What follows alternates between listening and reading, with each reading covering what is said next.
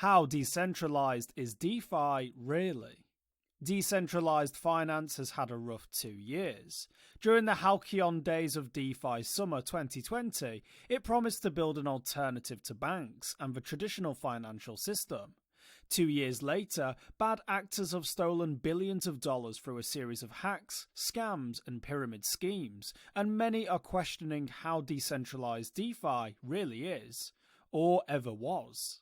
Returning to the word decentralized, many critics now view the descriptor as misleading. Is a DeFi protocol actually decentralized if it has, say, fewer than 50 liquidity providers, fewer than 50 controlling voters, or fewer than 50 Discord participants?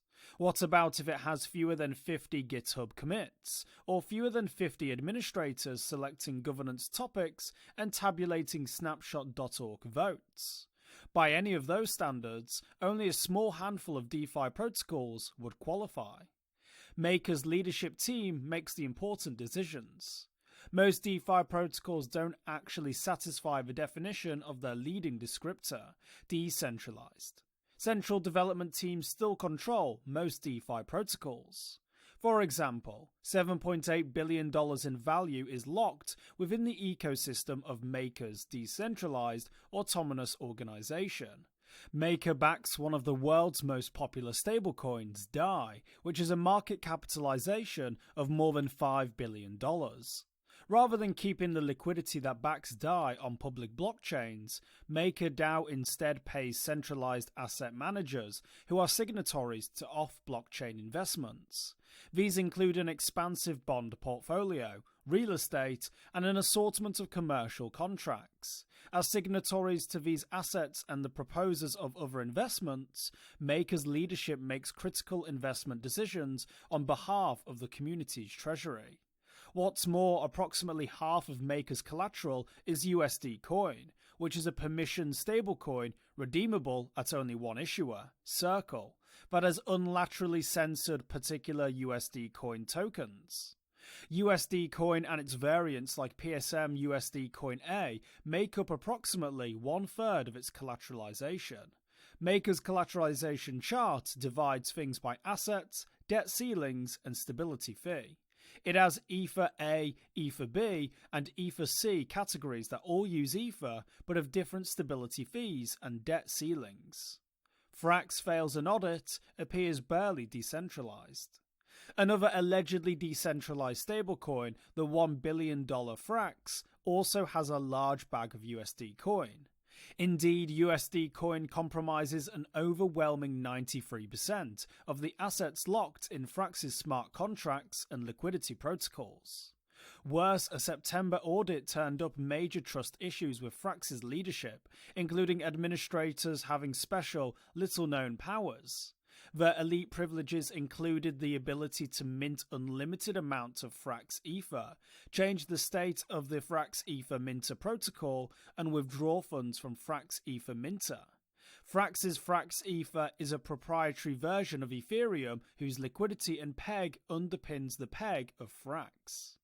Administrators could also set any address as a validator, even their own. They also flagged potential security flaws that could lead to a malicious validator using a front-running attack. All of these findings highlight the centralized decision-making and trust needed for ostensibly decentralized stablecoin to maintain its peg. Auditors rated admin privileges for Frax Finance as medium risk. DeFi darling Aave doesn't look any better. Some DeFi apps like Aave might get around the risk of a single rogue admin by requiring multiple parties with access to a multi-signature wallet to agree to make changes. Aave currently has 9 owners of its multi-signature wallet. However, just 3 can approve a change. Moreover, multi-signature wallets are not foolproof, especially if a few owners collude to make a change without permission from others. Uniswap pretends to be community governed. Many DeFi protocols have governance tokens distributed to multiple voters. However, DeFi apps like Uniswap use a voting model that gives more power to entities that hold more tokens, or at least can convince token holders to delegate their tokens to the voting pool that they control. This wealth-based voting model allows entities that can afford to buy more tokens to have a controlling influence over the protocol. Administrators can also make decisions without consulting voters.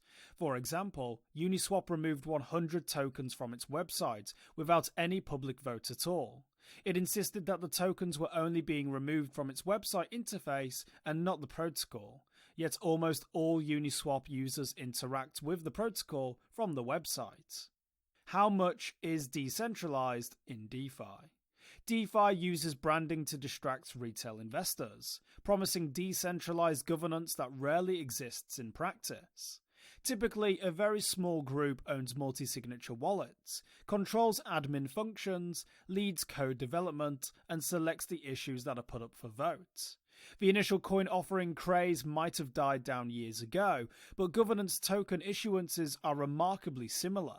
DeFi promoters still entice retail investment by promising high returns or pitching visions of a better future, with bank-free decentralized finance.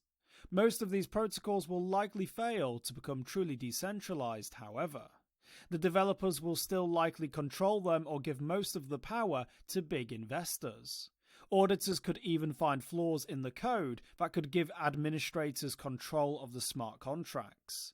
In all, it seems that the many shortcomings of DeFi turn the promise of decentralization into a disingenuous branding exercise. For more informed news, follow us on Twitter and Google News, or listen to our investigative podcast, Innovated Blockchain City.